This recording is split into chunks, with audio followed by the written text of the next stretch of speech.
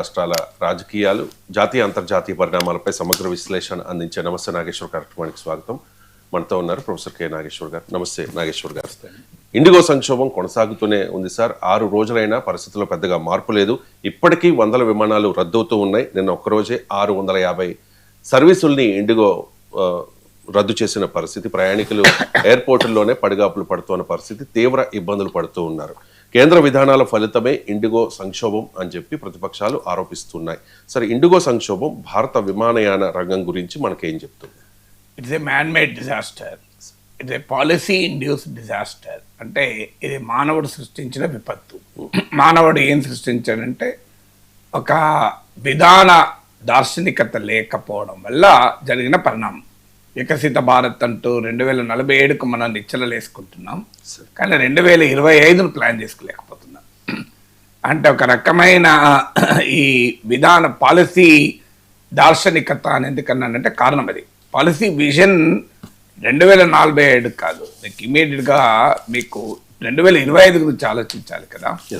So మీకు గౌతమ్ బుద్ధుడు అంటాడు, గతం గురించి ఆలోచించుకుంటూ ఉండకండి, అది మీ మనసును గాయపరుస్తూనే ఉంటుంది. భవిష్యత్తు గురించి మాత్రమే ఆలోచించుకుంటూ ఉండకండి, అది మీ చేతిలో లేదు. వర్తమానాన్ని ఆలోచించండి అంటాడు మైండ్ఫుల్నెస్ అనే కాన్సెప్ట్లో. సో వర్తమానం గురించి ఎక్కడ ఆలోచించారు? 2047కు వికసిత భారత్ అంటూ ఊకదప్పుడు ఉపన్యాసాలు విన్నాం, కానీ 2025లో ఏం చేయాలి అనే దానికి ఆలోచన లేకపోవడం వల్ల వచ్చింది. దీనికి నేను ఉదాహరణ మీకు గణాంకాలు కూడా చెప్తాను. ఇదేదో నేను పొలిటికల్ స్టేట్మెంట్ ఇవ్వడం లేదు. ఇప్పుడు 2019లో భారతదేశంలో మొత్తం విమాన ప్రయాణికులు 14 కోట్ల మంది, 140 మిలియన్.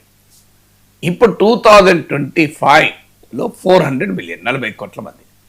అంటే 14 కోట్ల ప్రయాణికులు 40 కోట్ల మంది అయ్యారు. అంటే భారతదేశంలో విమానయానం అనేది, ఏవియేషన్ అనేది నో లాంగర్ లగ్జరీ, ఇది ఒక విలాసం కాదుగా.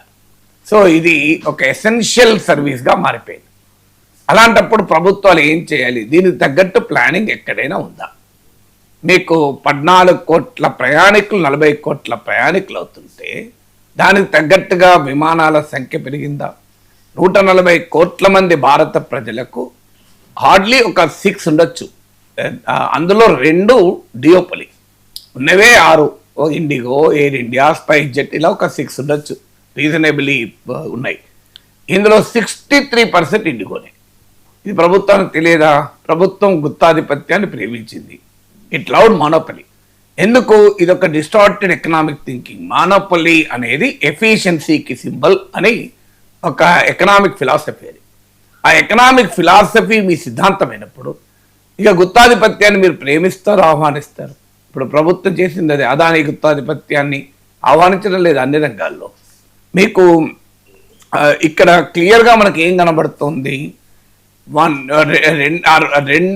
63% ఇండిగో, టోటల్గా 85%. సో 85% ఒక 2 కంపెనీల చేతుల్లో ఉండడం శ్రేయస్కరమా? ఎందుకంటే దీనికి ఆన్సర్ చెప్పాలి ప్రభుత్వం. ఎందుకు దీన్ని డియోపొలి, ట్రయోపొలి ఏమవుతుంది? గుత్తాధిపత్యం ఎప్పుడు కూడా కన్జ్యూమర్ను ఒక బానిసగా మారుస్తుంది. కన్జ్యూమర్కు రైట్స్ ఉండవు. ఇప్పుడు ఉదాహరణకు మనకు ఇవాళ టీవీలు ఉన్నాయి, ఒక 20 ఛానళ్ళు ఉన్నాయి, మన బానిసలం కాం. ఒకప్పుడు ఒకటే ఉండే దూరదర్శన్. ఏముండే అప్పుడు? వాడు చూపెట్టిందే మనం చూడడం తప్ప మన మార్గం లేదు. ఇవాళ మన చేతిలో రిమోట్ ఉంటే మనం ఎంత స్వేచ్ఛ ఫీల్ అవుతున్నాం. నాకు నచ్చింది చూసుకుంటాను, నువ్వు కావద్దు నువ్వు. అందువల్ల కాంపిటీషన్లో consumer is the king. Competition లేకపోతే consumer is the slave, corporate is the king. ఈ బేసిక్ ఎకనామిక్ థింకింగ్ అక్సెప్ట్ చేయకుండా మోనోపలీ అనేది ఎఫిషియన్సీగా భావించడం వల్ల జరిగిన పరిణామం ఇది. అంటే గుత్తాధిపత్యాన్ని విధానాల రీత్యా ఎంకరేజ్ చేస్తున్నారు. మీకు ఉదాహరణకు ఎయిర్పోర్ట్ల రంగమే తీసుకోండి. ఒక 10 ఏళ్ల క్రితం అదానిది ఒక ఎయిర్పోర్ట్ లేదు. ఇవాళ more than 1/4 of Indian passengers, మీరు భారతదేశంలో విమాన ప్రయాణం చేస్తే ఎయిర్పోర్ట్లో దిగితే అందులో ప్రతి 4 ఒకరు, కనీసం ఒకరు మీరు అదాని ఎయిర్పోర్ట్లో దిగుతారు. Department of corporate affairs and NITI Aayog, which are part of the government of India, ministry of ఫైనాన్స్లో భాగం డిపార్ట్మెంట్ ఆఫ్ కార్పొరేట్ అఫైర్స్. అదానికి ఒకే ఒక్క ప్రైవేట్ కంపెనీకి మనం ఎయిర్పోర్ట్లు 2 కన్నా ఎక్కువ ఇవ్వకూడదు అందులో కొత్తగా ఉన్న వారికి ఇవ్వకూడదు. ఎందుకంటే this is capital intensive, technology intensive, ఇది మంచిది కాదు అని రికమెండ్ చేశారు. ఎవరు రికమెండ్ చేశారు? అపోజిషన్ కాదు, నీతి Aayog, department of corporate affairs. అంటే ఫైనాన్స్ మినిస్ట్రీ రికమెండేషన్ అది. కానీ ఫైనాన్స్ మినిస్ట్రీని రికమెండేషన్ పక్కకు పెట్టి అదానికి ఇనీషియల్గా 6 విమానాశ్రయాలు ఇచ్చారు. ఇప్పుడు నవీన్ ముంబై విమానాశ్రయం, జీవిక వాళ్ళ అమ్మనంటే వాళ్ళ పైన సిబిఐ ఈడీలు వెళ్ళాయి వాళ్ళ మీద ఒత్తిడి చేసడానికి. ఇదంతా ఎవరి కోసం? అదాని కోసం క్లియర్గా అర్థమవుతుంది. ఇప్పుడు ఎల్ఐసి లాంటి ఒక అద్భుతమైన సంస్థ నుంచి 48,000 కోట్ల అప్పులు ఇప్పించారు అదానికి. ఎవరు ఇప్పించారు? ఇది అందరికీ అర్థమవుతుంది కదా. 48,000 crores ఇప్పించారు. వాళ్ళు ఒక బాండ్ విడుదల చేస్తే ఆ బాండ్ మొత్తం ఎల్ఐసి కొట్టేసింది. మరి అదాని ఇప్పుడు ఏమైనా అద్భుతంగా ఉందా? అదాని పైన అనేక రకాల ఆరోపణలు, అమెరికన్ కోర్టులో విచారణలు, అవి ఏమైనా అయితే అదాని కంపెనీల షేర్లు పడిపోతున్నాయి. ఇండియన్బర్గ్ అప్పుడు పడిపోయింది. రేపు అమెరికా కోర్టులో కనుక ఏమన్నా పరిణామం వస్తే కంప్లీట్గా పడిపోతాయి. అఫ్ కోర్స్ ఎల్ఐసికి ఏం కాదన్నది వేరే అంశం. LIC is a very strong organisation, అది కాదు. కానీ 48,000 కోట్ల రూపాయల ప్రజల సొమ్మును అదాని లాంటి ఒక వోలటైల్, అదాని కంట్రిబ్యూషన్ ఉంటే చిన్నడెక్కని కాదనట్లేదు. స్టాక్ మార్కెట్లో మీరు అదాని షేర్ల మూమెంట్ పైన గ్రాఫ్ గీయండి, క్లియర్గా ఎంత కిందికి పైకి పైకి కిందకు వస్తుందో చూడండి. అట్లాంటి వొలటాలిటీ ఉన్న కంపెనీలో ప్రజల సొమ్ము తీసుకెళ్లి 48,000 కోట్లు ప్రభుత్వము ఏ కంపెనీలో కూడా, ఎల్ఐసి ఏ కంపెనీలో కూడా ఇంత పెట్టలేదు. ఎందుకు మరి అదానీలో పెట్టారు? అంటే ఇండియన్ స్టాక్ మార్కెట్లో అదాని మించిన అద్భుతమైన షేర్లు లేనేలేవా? మరి ఎందుకు అన్నారు అంటే అందరికీ తెలుసు ఎవరు దీని వెనకాలన్నారని. ఎందుకంటే అదాని పైన కేసు ఉంటే చంద్రబాబు నాయుడు కూడా కేసు పెట్టాడు, జగన్మోహన్ రెడ్డి పైన ఆరోపణ ఉన్నా జగన్ పైన కూడా కేసు పెట్టాడు, ఎందుకంటే అదాని ఉన్నాడు కనుక. ఇది మనం చూస్తున్నటువంటి వ్యవహార సరళి కదా. సో అందువల్ల ఈ గుత్తాధిపత్యాన్ని ప్రోత్సహించిన ప్రభుత్వ విధానాల వల్ల వచ్చిన సమస్య ఇది. ఇప్పుడు 14 కోట్ల మంది ప్రయాణికులు, 40 కోట్ల మంది 5 ఏళ్ళు అవుతుంటే ప్రభుత్వం ఏం చేసింది? రెగ్యులేటర్ ఏం చేశాడు? Director general of civil aviation, ministry of civil aviation ఏం చేసింది? ప్రైమ్ మినిస్టర్ ఆఫీస్ ఏం చేసింది? అయ్యా మరి ఇంతమందికి కావాల్సిన విమానాలు ఉన్నాయని ఆ లెక్కలు కూడా చెప్తాను. భారతదేశంలో 839 ఎయిర్ క్రాఫ్ట్స్ రిజిస్టర్ అయి ఉన్నాయి, 839 విమానాలు. అంటే ఒక విమానం అనేక ప్రయాణాలు చేస్తాయి కదా. అందులో 680 యాక్చువల్గా వర్కింగ్. మన ప్రపంచంలోనే డియోపులి ఉంది, సమస్య అక్కడ కూడా ఉంది. మీకు బోయింగ్, ఎయిర్ బస్ తప్ప వేరే కంపెనీ లేవు. చైనా వాళ్ళు తయారు చేస్తున్నారు కానీ వాళ్ళు స్మాలర్ ప్లేయర్స్. మెయిన్ ప్లేయర్స్ మీకు మార్కెట్లో కాన్సన్ట్రేషన్ ఉంది.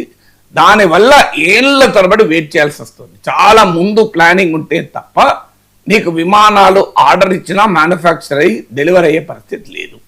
ఎందుకంటే ఇప్పుడు బోయింగ్లో మనం చూసాం, కార్మికుల సమ్మె వల్ల ప్రొడక్షన్ ఆగిపోవడం, ఇలాంటి ఛాలెంజెస్ ఉన్నాయి. మీకు రెగ్యులేటరీ యాక్షన్స్ వల్ల ఆగిపోవడం. So Boeing and air bus మినహా వేరే వాళ్ళు ప్రొడక్షన్ లేదు. మరి వాట్ ఇస్ ద స్ట్రాటజీ? నీకు ఇంతగా ప్రయాణికులు, బస్సుల సంఖ్య, బస్సులో ప్రయాణం చేసే వారి సంఖ్య పెరిగితే బస్సులు అవసరమా లేదా? కొనాలా వద్దా? ఇప్పుడు కొనటానికి మరి ప్రభుత్వం అది కాదు కదా, ప్రైవేట్ వాడు కదా. ప్రైవేట్ వాడు రెగ్యులేట్ చేయాలి కదా. రెగ్యులేట్ చేయకపోతే ఇదే పరిస్థితి వస్తాయి. మీకు 839 రిజిస్టర్డ్ ఎయిర్ క్రాఫ్ట్స్ ఉంటే 680 మాత్రమే పనిచేస్తున్నాయి. మిగతా అన్ని రకరకాల సాంకేతిక కారణాల రీత్యా ఆగిపోయినాయి. ఇందులో సగం మీకు ఇండిగోయే.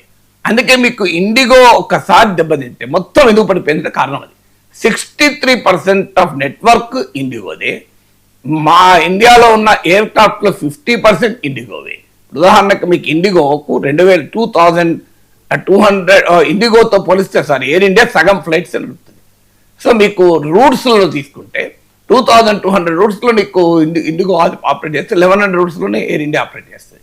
సో ఆ గణాంకాలు మనకు కాంప్లెక్స్ ఉన్న సింపుల్ థింగ్ ఏంటంటే there is no competition to IndiGo. దీనికి ఎవరు సృష్టించారు? దీనికి ప్రభుత్వ విధానాలు కాదా?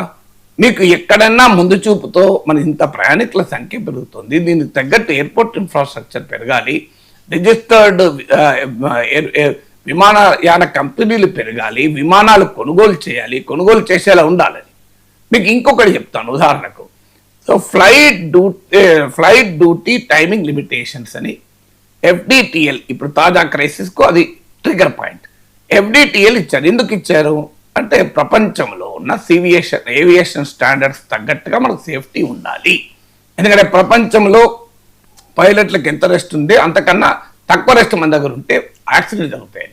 దీంట్లో ఏమి ఇచ్చారు, 36 అవర్స్ రెస్ట్ మినిమం ఉండాలి అని ఇదివరకు ఉంటే దాన్ని 48 అవర్స్ చేశారు. సో ఒకప్పుడు mid night to early morning landings ఉంటాయి, అంటే నిద్ర అస్సలే ఉండదు కదా ఆ టైంలో. ఆ mid night to early morning landings ఇదివరకు వీక్లీ 6 ఉండే, ఇప్పుడు అది 2కు తగ్గించారు. సో మిడ్ నైట్ వరకు ఎక్స్టెండ్ అయ్యేటువంటి ప్రయాణాలు ఉంటాయి పైలట్లకు, వాటిని తగ్గించాలని చెప్పారు. ఒక మాటలో చెప్పాలంటే పైలట్కు రెస్ట్ ఉండాలి, నిద్ర ఉండాలి. ఎవరి కొరకు ఉండాలి? పైలట్ కొరకు కాదు, మన కొరకు. మన పైలట్కు నిద్ర లేకపోతే జరిగేది ప్రమాదం మనకు కదా, పైలట్కే కాదు. సో ఈ సేఫ్టీ కొరకు ఇచ్చారు. సేఫ్టీ కొరకు ఇది ఏమన్నా సడన్గా ఇచ్చారా? కాదు. ఇది 2019 నుంచి నడుస్తున్న అంశం. ఆఖరికి 2 years అయింది. ఇప్పటికీ కోర్టు కూడా ఈ గైడ్ లైన్స్ సరైనవే అని అంగీకరించారు. Flight duty timing limitations were notified, informed are airlines 2 years ముందు. మరి మినిస్ట్రీ ఆఫ్ సివిల్ ఏవియేషన్ నిద్రపోతుందా? ప్రైమ్ మినిస్టర్ ఆఫీస్ నిద్రపోతుందా? మీకు నీతి ఆయోగాలు నిద్రపోతున్నాయా? Director general of civil aviation నిద్రపోతుందా? అన్ని విమానయాన కంపెనీలు ఇందుకు తగ్గట్టుగా పైలట్ల సంఖ్య పెంచుకోవాలి కదా. భారతదేశంలో వాస్తవంగా అవసరానికి సరిపోయే పైలట్లో సగమే మనం ప్రొడ్యూస్ చేస్తున్నాం. ఇండియాలో ప్రొడ్యూస్ అయ్యే పైలట్ల సంఖ్య నెసెసిటీ, డిమాండ్ కన్నా సప్లై ఆఫ్ ఉంది.